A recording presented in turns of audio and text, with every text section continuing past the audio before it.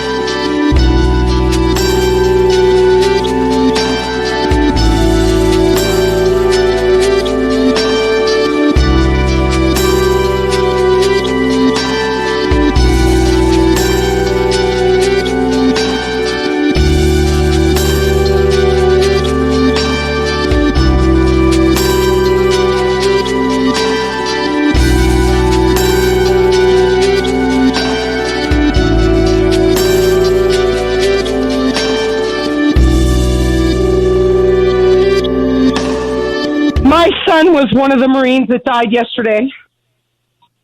And to listen to that. Sorry, I'm on the radio. No. Go My ahead. son was one of the Marines that died yesterday.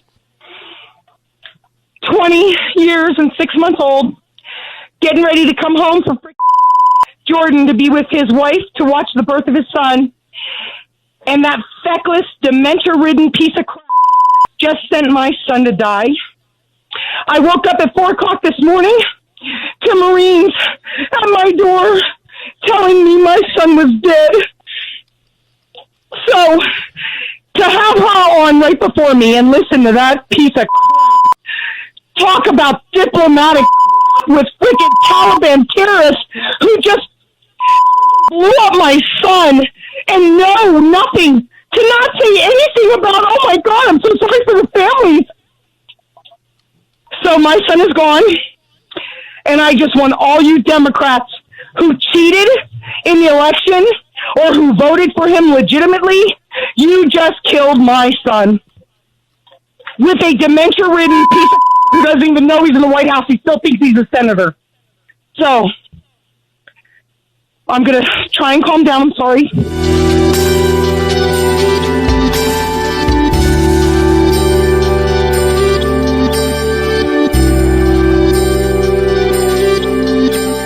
Best kid in the world. You couldn't ask for any better. Loved his family. His sisters absolutely adore him. He led his men into that. And they followed him. But I know in my heart of hearts he was out front. And they would have followed him through the gates of hell if that's what it took. And ultimately, that's pretty much what he did. If you listen to Speaker Pelosi's speech yesterday, great day of pride for America and Democrats. If you listen to Speaker Pelosi's speech yesterday, great day of pride for America and Democrats. A great day of pride for American Democrats. That's what Speaker Pelosi said on the floor. Not mentioning any Gold Star families, not mentioning the veterans, even those who serve in her own conference. A great day of pride for American Democrats. That's what Speaker Pelosi said on the floor. Not mentioning any Gold Star families, not mentioning the veterans, even those who serve in her own conference. We should have been having hearings on what's going on over there. We should have been able to gather that they would collapse this fast. We should have been having hearings on what's going on over there. We should have been able to gather that they would collapse this fast. Well, as the Taliban takes over, their takeover is fueling fear among the Afghan women, especially. It seems that Vice President Harris's promise in 2019 to protect these women is falling short after her remarks this morning. Listen. What will the administration do to support women who are not permitted to leave Afghanistan? We have said before, and I will say again, that we are going to do what we are able to do in terms of the evacuation process. But in addition to that, what we are able to do politically and diplomatically to secure and to continue to work on the protection of women and children in that region, including working with our allies. Okay, let's bring in Fox News contributor Laura Trump. She joins us right now. Good morning to you, Laura. Good morning, guys. Great to be with you. And great to have you as well. So back in 2019, as Ainsley mentioned, Kamala Harris gave a speech to the Council on Foreign Relations and vowed to protect Afghan women if elected. Well, they were elected. And now all she's talking about is, well, we'll do what we can do. What we can do. I think she promised more than that a couple of years ago. Well, what a vague answer. You know, this feels very similar to what she's done on our southern border. And quite frankly, if you're the vice president of the United States, I don't know why you are over in Southeast Asia when we have an absolute crisis on our hands. We have American lives at stake. If you went anywhere, Kamala, you should have gone to the southern border because, might I remind everyone, you are still, the borders are, we still have an absolute disaster on our southern border. But no, she's over in Southeast Asia. She doesn't, guys, want to answer any direct questions about this because she knows what we all know. They are not going to be able to do anything to help the women and girls in Afghanistan now. Thanks to the decisions made by this administration, the basic fundamental human rights of women and girls in Afghanistan have vanished overnight. Women are being subjected to torture. They are not allowed to get educated. They are not allowed to have a job. Girls are forced to be child brides as young as 9 years old. The Taliban is a terrorist organization. The idea that we're going to somehow work with them on anything is crazy, especially for women and girls' Lara, rights. And it's ridiculous that we heard that answer from our vice president. No, but I guess you missed the remarks yesterday by the spokesperson for the Taliban. They got to focus on world security and climate change. So I cannot wait to see their solar panels and what kind of deal they can cut. It's all so ridiculous. I still don't understand why we as America are even legitimizing a terrorist organization as the government of a country or in any way at all. Why are we taking the Taliban at their word on anything? We shouldn't at all. Of course, they don't care about those things, Brian. It's ridiculous.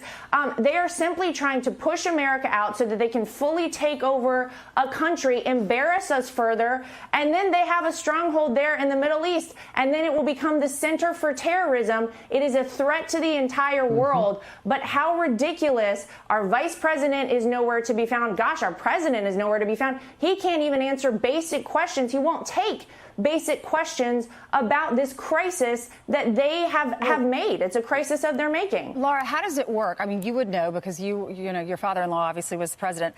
Is she not allowed to talk unless he gives her permission? Because this is such a disappointment for so many women who voted for Joe Biden because they saw an opportunity for a woman to become vice president. She has, you know, she could stand up for these women in Afghanistan and see that they all come home. I'm sure she is allowed to do whatever she wants. But, you know, herein lies the problem, Ainsley. Whenever you put someone in a position, not for their experience and not for what they bring to the table, but for woke politics, she was chosen, Joe Biden told us, for his vice presidential running mate solely based on the way she looked. And this is the result right here. And let's be clear. I said it at the beginning of this. She's trying to distance herself from this disaster. She doesn't want anything to do with the southern border. I mean, gosh, she hasn't even gone to the right place down there. She thinks we all have forgotten about that. She wants nothing to do with this situation because she knows, as we all do, this is a stain on America. It will stay forever. And I guess she's just trying to, you know, run out the clock on this thing and think that we will all forget about it. We will not forget about it, Kamala Harris. We have seen what you have done in this situation, and it's absolutely nothing. Right, now she's got to show up, and she's to make these. No, I just watched Speaker Pelosi answer that question. I think that's the most time she spent on Afghanistan all week. And it offended me. It offended me as an American. She spent her time to criticize somebody. Look, they shouldn't go. But these people are veterans. You know what they came when they got called back here? I talked to Peter Meyer a couple different times. I'll show you. The text that he sent me was working to get people out. That's what his time. He was frustrated. You know how many calls I would get about the State Department they won't answer? I got an interpreter I worked with. Their families, they're stuck inside a house. They don't know that they can go out. Or an American family, and they're frustrated as a member of Congress trying to help these individuals, getting nowhere in sight. And they come back to Congress, called back in a special, and all they spend their time on is $5 trillion. Did you say you talked to Meyer during the trip? No, He said it was no. working on getting This was people out. prior. I knew nothing of Meyer taking. Meyer never talked to me about the trip. Never asked my opinion. Never asked for approval. Have you talked Is to he going to face discipline No, I haven't for talked not to getting approval before he went? Huh? Would he face any sort of discipline for not getting approval before he went, and to in fact discourage other ones who might have a notion to go? I don't think others really have the opportunity to go since everything's being pulled out. And I don't think it's smart for others to go. You're putting yourself, not yourself in harm's way, but you're putting Americans in harm's way if the military has to protect you, in which they will do, and they should not. Are you interested in leading a CODEL at some point to Afghanistan or a neighboring country in the near future? You know, I've been to Afghanistan before. I don't know if it's going to be able to have a CODEL. Do you think the Taliban is going to be a friendly government we're going to go interchange with? I mean, maybe the president thinks so, but I don't see that. I think what we're going to have to spend some time on now is things that we didn't have to spend time before. We're going to have to reassure our allies that we'll still keep our word. A number of our allies, and from ambassadors and leaders I've spoken to, question what America will do in the future. You watch our allies try to build a bigger relationship with China now, or with Russia, because they kept their words. Whereas we just had a president go against everything that America has stood for in the past.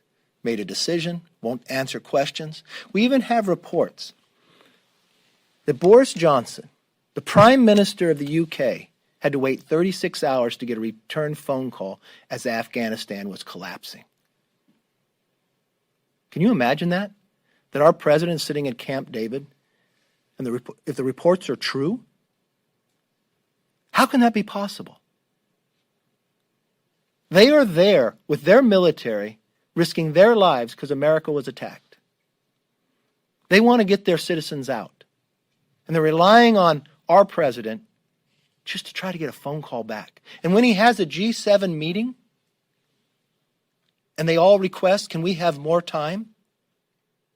He lets the Taliban decide the date, not the situation on the ground. One more question, sir. Yes. On the refugees, the Afghan refugees, I mean, do you have a view on what's going on, how the administration's handling it? And I'm concerned because reports I'm told, those who were early at the airport were not our interpreters who worked with us and others. The individuals that are leaving Afghanistan that are Afghan need to go to a third country and they have to be screened. We need to keep our word, but our word was, from a standpoint, I will tell you, from a ISIS, from Al Qaeda, and from a Taliban point of view, do you think they'll take advantage of this situation? Do you think they put some people in there? I pretty much believe they would. Just as we have people on the terrorist watch list coming into our open borders that need to stop. And that's something that the president has caused as well. Thank you. To make